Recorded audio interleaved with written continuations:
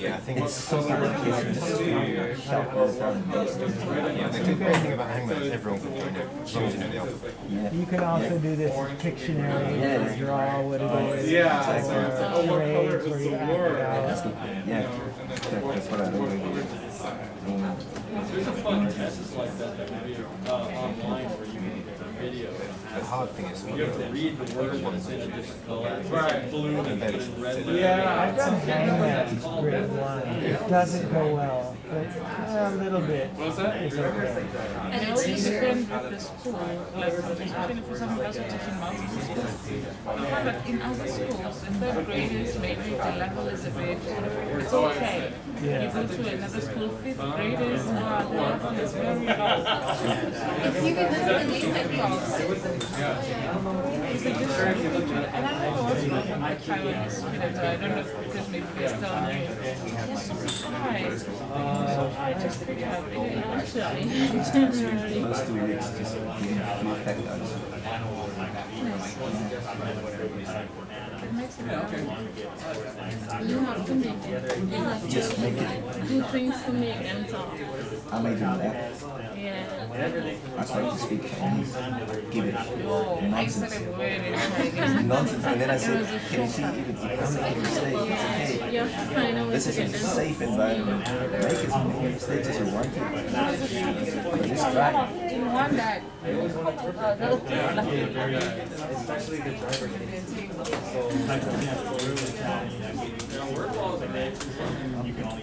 we solved that problem. That was a secret word. No big deal. Did you guys manage to guess what your teammates were? Yes, I got it. I was completely wrong. Facial recognition. All right, everyone. I think we're good. I got that. All right. I apologize for that. Out of nowhere. All right. So just to wrap this bit up, you can share not your game, but summarize somebody else's game from your group and share it to us. So don't tell me the group that the game you came up with, but who can tell me someone else's in the group? Yes, whose game are you telling us? All right, cool. What is Khalifa's game? He mentioned like each child will get a word, and then they have to mention, let's say for instance, animal. You can child zebra, and they have to mention other names of animals except that name. Sure. To guess the name that was mentioned. Okay, so I have a card that says zebra, or you tell me zebra, and I say Lion, hippo, leopard, everything is said. excellent, same thing, cool. Thank you very much. You guys can go back to your regular seats now. That'll be okay. Take your poker chips.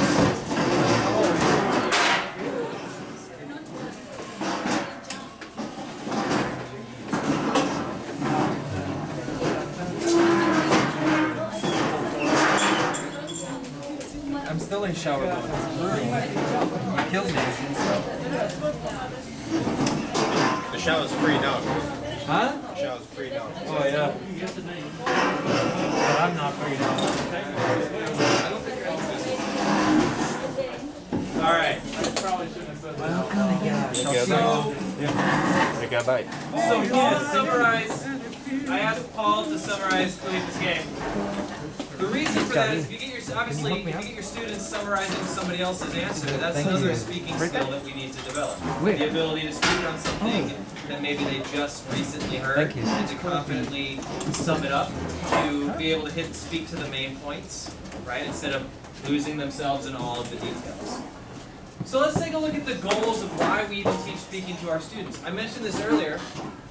If we're teaching to native speakers, we're teaching on a subject to students in their native language, we're going to still get them to speak, but we're going to ask them to speak for a variety of different reasons than we ask our language learners.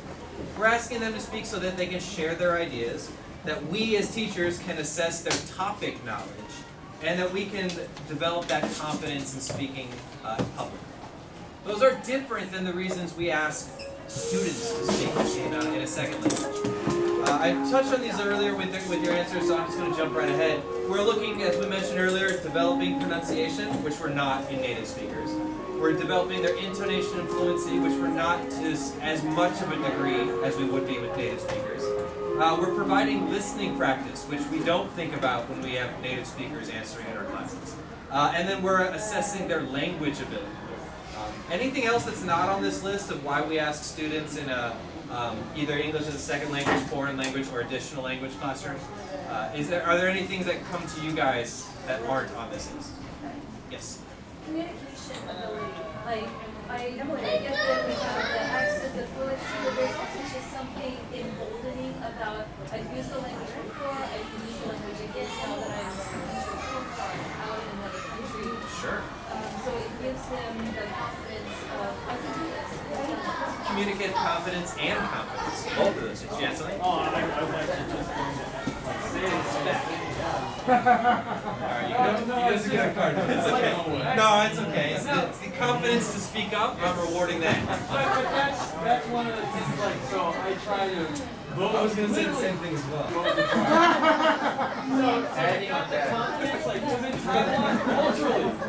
We're fighting this idea of like it's not okay to make mistakes, but I try to teach my kids it's okay. Like by using my terrible Chinese, I'm exhibiting and exuding this idea that hey, it's okay to make mistakes. I don't care. Like, and that the idea is just try to use your language. Remember, this is about communication. Speaking is about communicating an idea, and that doesn't always have to be through your language, using your body language. And people that watch you be like, oh, you're so animated. And I'm like, because I'm talking to you. You know, like just it might be with my eyeballs or my mouth and my hands, but it's still, you know, I'm communicating the message. You get so much more expressive when you're speaking if you're living in a country where your language is not the primary language here. Like I think you watch someone who's been here for like a week and they're reserved, and then a month later they're like, yeah, yesterday I talked on the phone, I ate some noodles, I took a nap, and you're like, what's wrong with you? What is going on? So the way you communicate is so different, right? Alright, good, so let's keep going here. Now, there are some challenges we need to think about with our students, besides just their vocabulary when speaking. That's, I think, the thing that comes to mind primarily is, I don't know how to say this, I don't know the word for this thing, so I'm not going to speak. That's obviously an obstacle we have to overcome. And also their ability to speak clearly, loudly, boldly, confidently enough that at least the listener can understand. But there are some other challenges as well that we've talked about. Just quickly with the person next to you, any other things that need to come up here? Just maybe share one or two other challenges that we need to think about. 30 seconds to come up with another book. Cultural differences? Because in Taiwanese, it's okay to be insecure and quiet. Not in the USA. You know what I mean? You have to be strong and voice your opinions. Respect it. Really? I was saying that in Taiwan, it is okay to be reserved, shy, insecure, and quiet. Quiet. Not in the USA. You kind of expected to find that self-confidence and share your opinion. I think it might have something to do with like obedience in Taiwan. If you're a good student, you're obedient, you're quiet, you're listening, and you're attentive to... Alright, so that's 30 seconds plus an additional whatever. What are some other things? You guys would you like? Grammar. Right. Now, in theory, when we're speaking, somebody could just mumble out a whole bunch of vocabulary, and if the listener has honed their listening skills, they'll be able to figure it out. But grammar, realistically, is one way where you convey your confidence, your intelligence on a subject. Yes, what else? I was saying the effective filter, so basically you're getting at the desire or confidence for one person to speak. Sure, I think confidence is something we can keep coming back to, but yeah, developing the filter as well. What do I know what to say, when it's appropriate to say? What are my social filters? What are topics that I'm allowed to talk about? Who am I speaking to? Exactly, absolutely. Yes, Jeff? Fear. Yes, confidence. I like that. Yeah. Alright, so a couple other things on this list that I had. Just raise your Priorities. hand, man. So as a language learner, students often have a priority on what is being said, but not necessarily how it's being said. We hear this a lot, especially when we talk about how our students speak while reading. Think about when your students read aloud. They read like robots, but they read accurately. They read every word, but they're not conveying the proper message. So this is the same for language learners with speaking. They worry just about the accuracy of the words that they're saying, not the message they're trying to present. So we as teachers need to think about, how can I think about how we're speaking, not just what you're saying.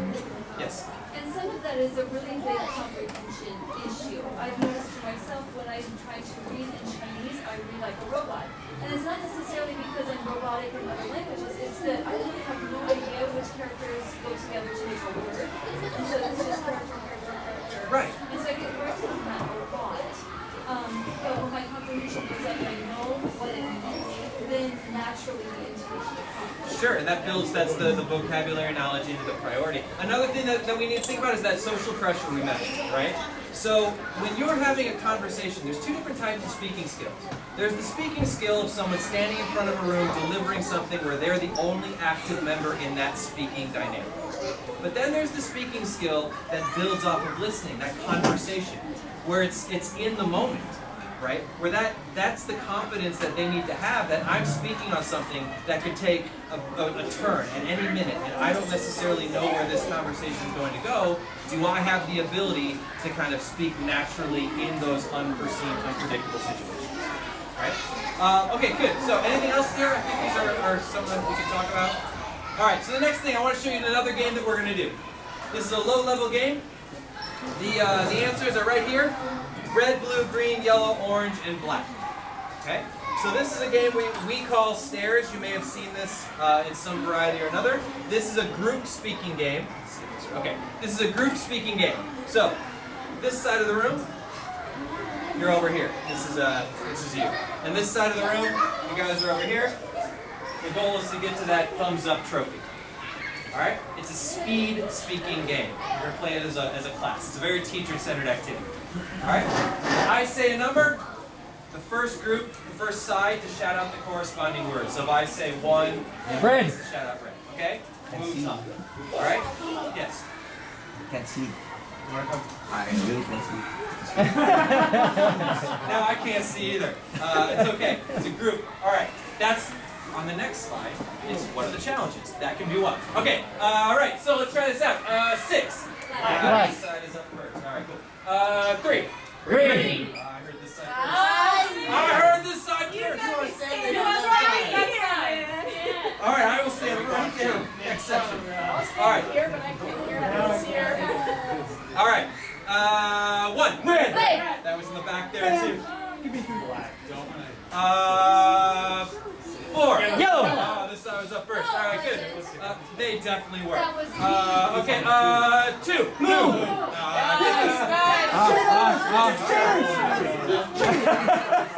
3.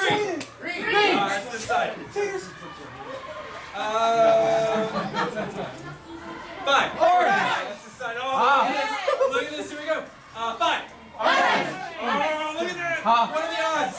Alright, See which side you're standing now. You on that side now. Alright, 1. Red.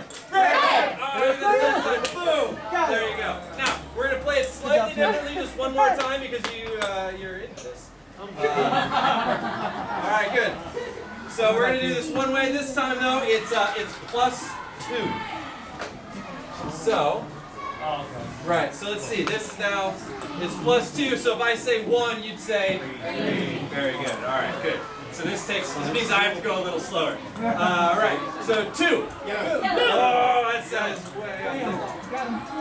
Alright, 6. black, Blue. Blue, it's blue. You have to go back to the beginning.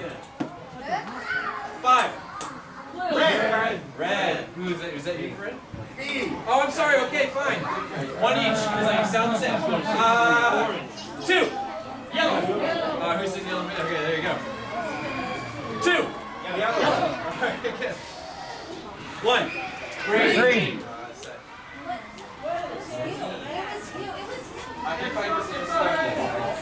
Red.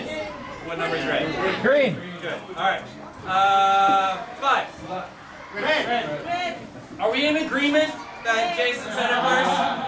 All right. Very good. All right. 3. Orange. Again. orange, There we go.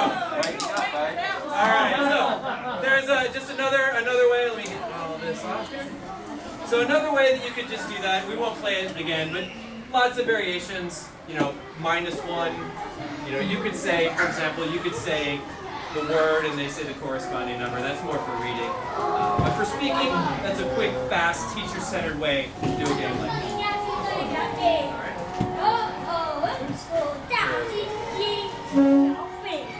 There we go.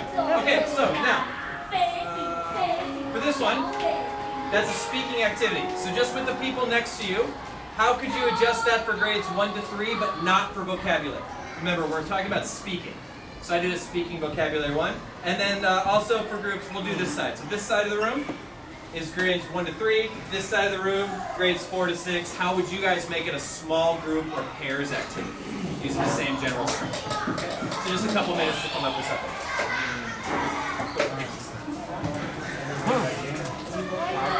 Not vocabulary. Maybe read a phonics sentence. Right? Read a phonics sentence. He's making it difficult for us. It's difficult for you all. I think it's more challenging for the higher graders. Yeah, because not using vocabulary. Context clues about the vocabulary. What is something that you teach? So I would always, like, if I ask questions, then I want them to be able to figure out the vocab I'm using. Unless we're doing target sentences. Make a sentence about my vocabulary. See, that's the problem. It always includes vocab. Maybe the question will induce the final word or the vocab word you're looking for. But he's saying not for vocab. Right? So They talk about themselves. I don't know, man. They can introduce themselves. or they can use adjectives for that one word and not use the vocab words. There's a game called Taboo, where if you say the taboo word, then you lose. But you can use other words to describe that word, and then if the opposing team gets that word, you get a point for each word. You make them guess that word. So the one team would use different words, not the target word. And the opposing team has to guess the target word. Right? And then if you get a point, then you can run up on the score. That's not good for lower level. Higher level has a broader knowledge base. So it'll be better for them. For low level, I don't like that. for low level, I would just do 3 different pictures to guess that one image that you're targeting for. So if you want red, you'd have 3 different images with the colors red inside of it somehow. And then you would have to guess the color. Images. Well, the idea is that you still want to include the target language, but they have to solve it for themselves. Nice to know all the awards. Okay, so I mean, I think that's this activity. So like I would say, okay.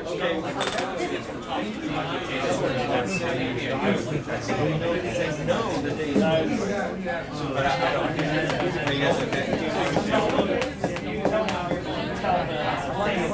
So I have 6 words for this workout, right? So is there a way you can use that concept?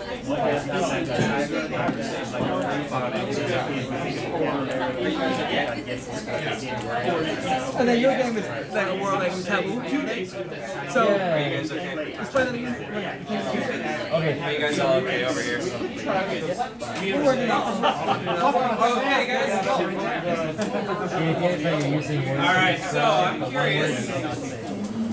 How can we adapt stairs for something low level that is not just practicing words and shouting out words? What is one of the game ideas? Yes? We said, say an answer, and then they had to come up with a question. Oh, excellent. Okay, so I say, like, whatever. Today is Tuesday or whatever. Yes, it is. Wow. Okay. All right. Good. So yeah, you say the answer. They have to shout out the question. A race for that. Sure. What about for mid levels, grades 4 to 6? How could you adjust this for those upper levels? Yes. Yep, we said that for the higher graders, one team. As soon as we put into teams, and one team will have to describe something, and the other team will have to guess what it is. Cool. And could they do that in small groups or pairs? Yes. Good. And I think that's the one of the main takeaway features for this is the older grades, grades 4, 5, 6. If we can get them working more in unison together instead of, you know, this side of the room and that side of the room, that's going to increase their speaking practice. It's going to increase their ability to speak in different audiences too. Yes. And then our group mentioned that once we did the first one, we let one of the students be the teacher. And so they would come up and announce the number, the word, or whatever it was. Sure. Sure, and that develops the confidence of standing in front of a room and speaking, which again is another element of speaking skills, being able to present an idea or hold court, so to speak. Right? All right, good. So let's take a look. So teaching strategies when we're looking at just for speaking. First is what teaching strategies, or when you are crafting your lessons, what are things that you want to make sure you get your students doing, or how do you support your students? Right? So one is maybe how you model the language. Right? So as native speakers, we often, we're, I guess, blessed with the idea of we are that native voice, right? That accent, that intonation. But then how do we support the students to practice their pitch, to work on their speed? And we need to actively think about in our lesson plans, today I'm going to work on speed speaking. I'm going to work on intonation. I'm going to work on fluency. And we often take for granted that we don't put these elements into our lesson plan very strategically and specifically. We think, I'm going to practice speaking, and then we don't dissect our own speech patterns and our own way to realize that we come with these things naturally. They don't. We need to put this in there for their benefit. Besides modeling the language, what are some other things that you need to cognitively or cognizantly put in? Yes? I actually do speed drills with my students, and I can do this with just about anything. Just last week we had new vocabulary, actually, and so we had the vocabulary and the translation. They had to go through and say the English and the Chinese, and then the next person had to do the next one down, and we did the whole class. Nice. And they got it in 40 seconds. I say, if you got it under 20, you know, you'll get a point. But if you do more than 20 seconds, then you have to write this 5 times, you know, so they're now truly motivated. Right. And after they do it faster and faster and faster, this is all not only memorized, but it's hardwired into their mouth so that they can say it well, and say it quickly. Yes. You know, and this, it works great for like everything. And that point's important because when we focus on speed speaking, accuracy suffers. Like with great speed comes poor accuracy type of thing. So we need to then offset that. Another thing to think about is how we read aloud. We often don't connect reading and speaking together as strongly as maybe we should, because reading is a great way to support your students in confidence. If they are not confident that they can remember the words in front of them, give them the words and let them focus on the speaking that day. You know, almost split those skills and say we're going to use reading to support speaking. Okay, another thing is how you vary those dynamics in groups. Not always doing the rote, repeat after me, I say, you say, class parroting, but putting them in groups because that's a different speaking dynamic than pairs, which is a different speaking dynamic than presenting in front of you. You know, for large groups, you know, if your classes have 15, 20, 30 people, obviously you can't always bring students to the front to present. But if you have them in a group of 4, and this is a group of 4, and that's a group of 4, and they present their ideas to each other, or speak to each other, that's kind of developing the same skill in a more time-efficient way. Like 4 or 5 speakers at the same time. And then how we provide support. So one of Gavin's great pieces of advice is you don't want to make your English class a treasure hunt. You don't want them to have to figure out what they need to say and then say it. Let them know what they need to say first if you're developing how to say it. Right? If you're developing the presentation, let them concentrate on the presentation. Let them concentrate on the language itself. All right, and the last one is free talk. Yes? I do have a bit of a question as far as needing maybe support.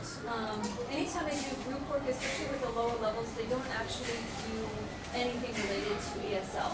They just break into groups and then start socializing, except for when I walk by. So if anybody's had success where the groups actually use English the entire time and weren't messing around, I would sure love to hear how that works. So there's a couple trains of thought on the English immersion, developing your speaking skills. What is the room's thought on a fully immersion classroom English all the time in regard to Speaking. Yes. In regard to speaking, let's rein it into speaking. In terms of groups. Yes.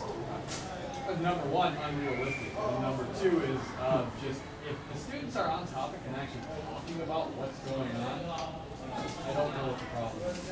Right. So I let that unrealistic idea kind of goes into maybe the reading, providing the things to talk about, and providing the support into this free confidence or free talk. I think the idea of using English as a second language strategies for speaking. One of the things, the strongest approach is just making sure you provide accurate support to them, right? And understanding that you need to provide them what the resources they need to reference, or the things that they're going to be grasping for where they translate into Chinese. If you can provide that and set them up ahead of time, then they can confidently kind of go forward in that speaking. They're not thinking, I need to say this other thing. Yeah. I think it depends how much time they get to learn English language as well. So some of these pushy bands, they can turn it off because the kids are doing 2 hours a day.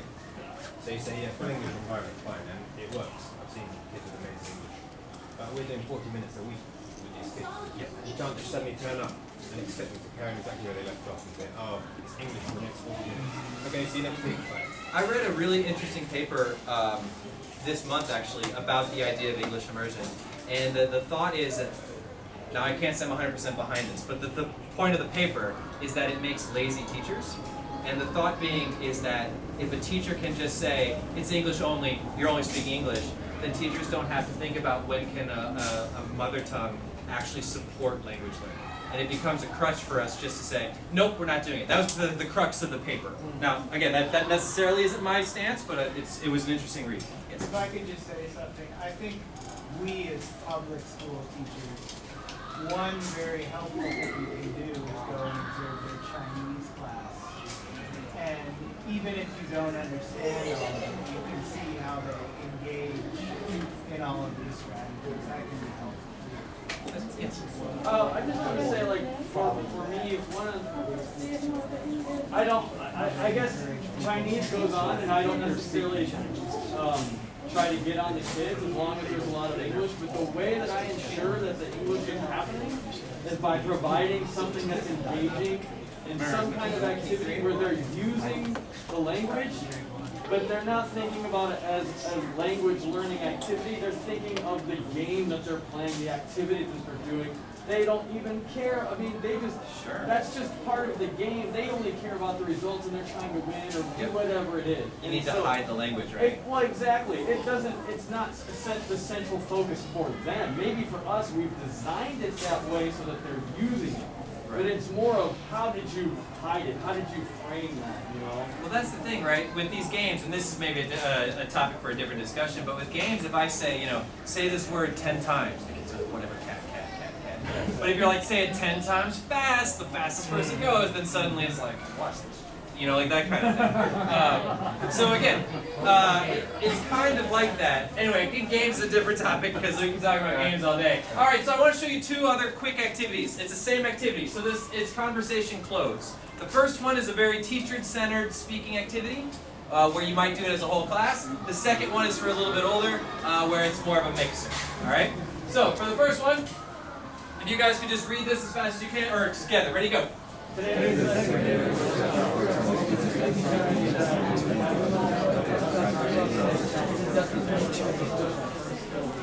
All right, now again.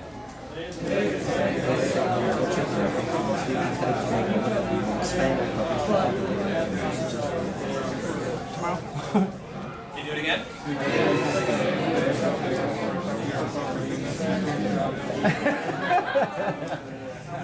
老师 All right, so again, if we were in a class, we don't need to do it. I'm not trying to teach you English. But if we were doing this in class, you could kind of take it away each time. And then eventually, by the end, they're going to be able to say the whole thing. Now, that does just become memorization of a passage. But it is something that's going to get them comfortable by taking a little bit of that safety net away each time. But again, I'm not trying to teach you guys any sort of English. So the next one is how we would do this in a student-centered mixer kind of way. Can you just grab one of these and pass it back? Just grab one, it doesn't matter which one you have. All right. Yes, one each, please.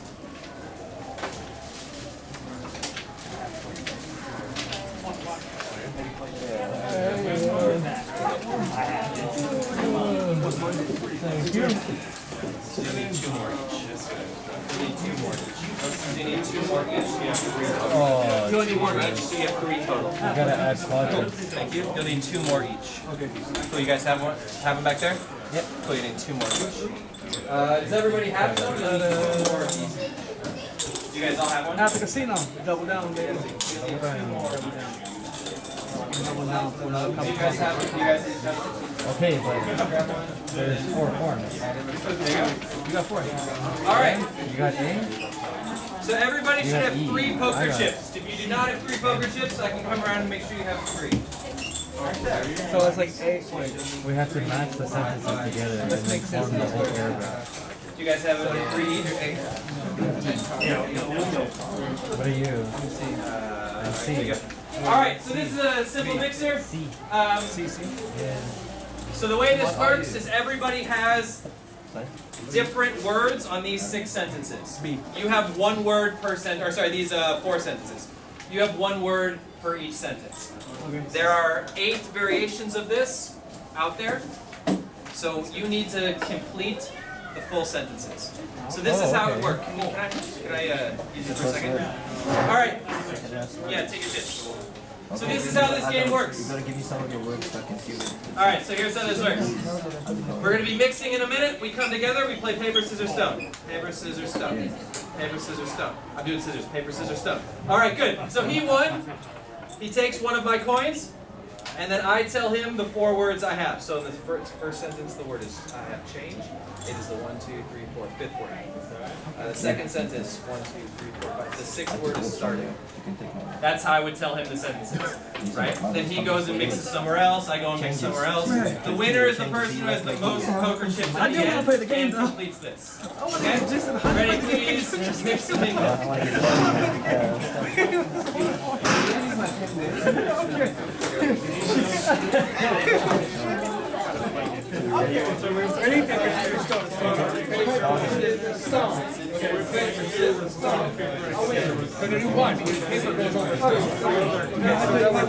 You take my chip.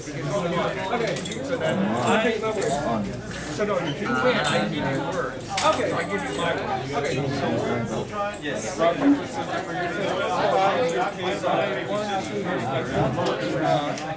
close. Yeah, move.